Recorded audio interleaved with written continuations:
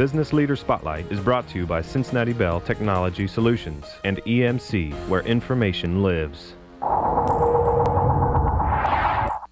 And my family were owners of a business, and I felt that was important to me. Good place to be, sure. Paul, tell us exactly what Paul Hemmer Companies does. Well, currently we have 3 operating divisions. Our real estate division is headquartered here in Cincinnati. We have 3 markets that we serve. We have the greater Cincinnati market, we have a national retail market, and then we have recently started an office in Chicago. I think we've been up there now 3 years. Our construction group then has parallel groups to service those 3 markets, and then we also have our traditional family business of third-party construction here in Cincinnati. In 1999 or 2000, we formed our building service group. Originally, our sole customer was the Paul Hemmer Development Properties. Currently, we serve about 15 million square feet of buildings, and we provide building care, which is a facilities management service. We also have a landscaping and lawn care company and a commercial cleaning company. Wow, that really is a full scope of areas of responsibilities you're involved with. Paul, how far out of the greater Cincinnati, Northern Kentucky region do you really reach right now with your activities? Well, currently we're working in about 10 states. We work in Pennsylvania to as far west as California. We're working in Wisconsin, and recently we've been awarded a project in Texas. What are some of the unique challenges that you face in the real estate development and construction business? Well, number one, it's people, and trying to create an environment that's stimulating and attractive to young people. You know, the future of any business is in the quality of the people and the commitment to the customer.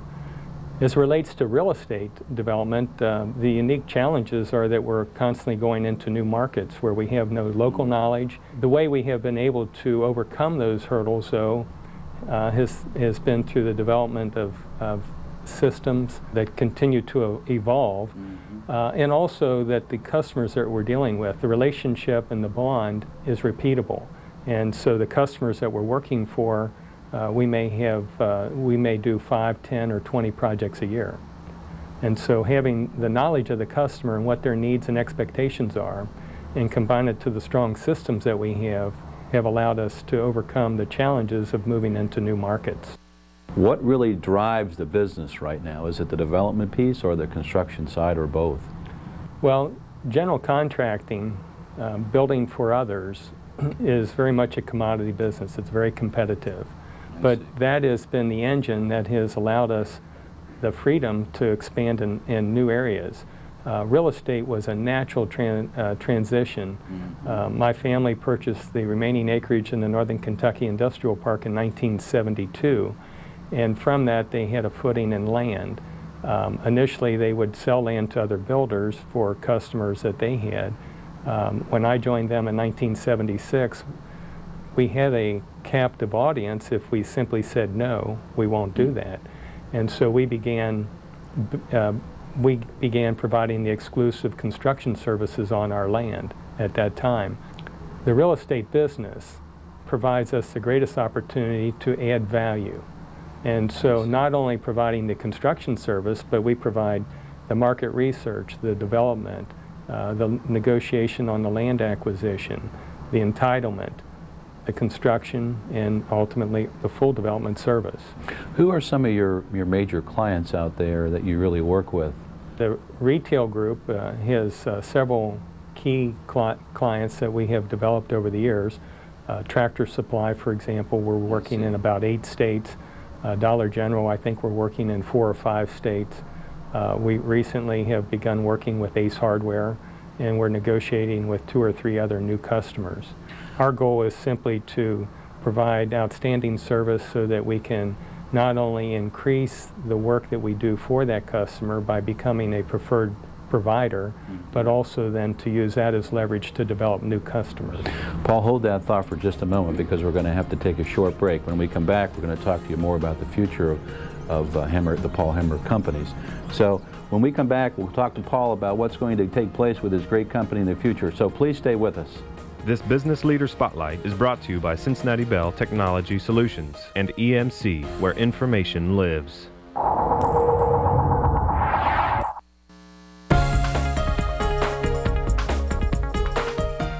Welcome back to Fifth Third Bank Hometown Business Weekly. We're at the corporate headquarters of the Paul Hemmer Companies, speaking with CEO Paul Hemmer Jr. Paul, we were talking earlier about the family business and how your company has really sort of evolved from being a family business to being more of a professional business that's owned by a family. How has that all transitioned over the last number of years that you've been involved with the company? Initially, when we started our business, my father owned a third, I owned a third, and my family owned a third. Our agreement early on was that as he retired, I would be offered the opportunity to have 51%. And as my father retired in the late 90s, that evolved. At that time, or prior to that time, I felt it was very important that the executives in our company have an opportunity for ownership. And in the early 90s, we had offered that opportunity to our executives at that time. To me, having a piece of ownership was very important. I had left the company in 1976 because I didn't have that opportunity. So as our company has grown and as we've added new executives, we have expanded that offering. Every executive in our firm is offered the opportunity to buy in, to invest, to become an owner. And we offer financing for that so that they don't have to come out of pocket all at one time. They have to buy the stock. To me, that was important also. It wasn't a gift. It's not a gift. I've invested in every share that I own. I'd like to think that our company is a closely held business and not a family business. Even though 90% of the ownership is with my family, the fact that the executives in this company are compensated based on their responsibility and their performance, not because of their lineage. And we have lived by that rule since we started in 1982, and it's made us a very healthy and strong and vibrant company. Now, you do have some other family members that are active in the business. Who are they and what are their respective roles? My brother Michael is our senior executive heading our construction group. I see. Michael is a unique individual. He recently chaired the Spirit of Construction Award that was held here in Covington in October. My brother John Hemmer is an executive in our real estate group, and his role is to oversee the assets. Both of them add tremendous strength to our organization, but at different levels, different responsibilities, and in different divisions.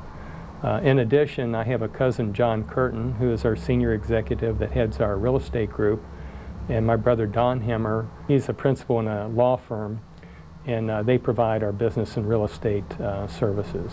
That's a big area right now, I'm sure, with the way you're growing. Paul, you've come a long way since the early 80s when you joined the company. What are your plans over the next 3 to 5 years to really continue the great growth path you've been on over the last 20+ years? Well, as I mentioned earlier, over the past 5 years, we've expanded into the building service group. That group is now stabilized and growing. We've built the infrastructure to allow for continued growth. I would imagine we'll be expanding into a facility in Ohio next year. Our real estate group has expanded 2 ways. One with the National Retail Group. They have been off and running over the past few years. Our Chicago group is nearing stabilization. I would expect that to be profitable next year. And we are currently looking at 2 new markets to expand our real estate services. Hopefully, once the Chicago group is stabilized, we'll begin moving into a new market.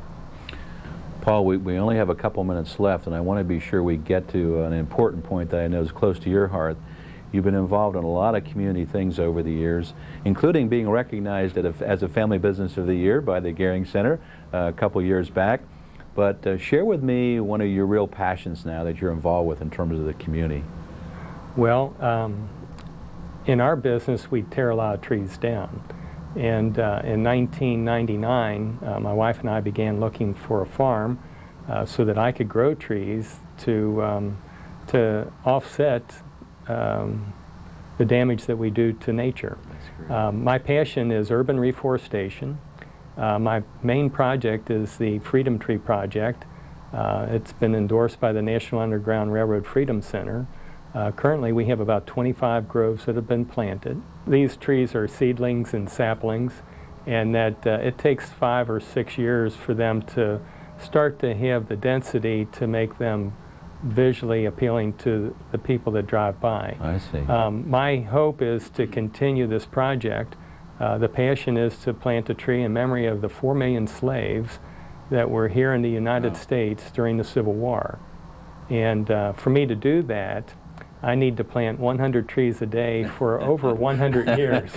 Neither one of us are going to be around that long, I don't think, well, Paul. I'm not going to make it, but the passion, hopefully, and the legacy will live on to, with my children and grandchildren and their children. What a great legacy that is, too. Well, Paul, you're a great role model. You've been involved in the community in many different ways. You've built a great company with you and your family. We appreciate so much you taking the time to be with us today on Fifth Third Bank Hometown Business Weekly. The best of luck in the future. Thanks, Paul. Thank you, Ken.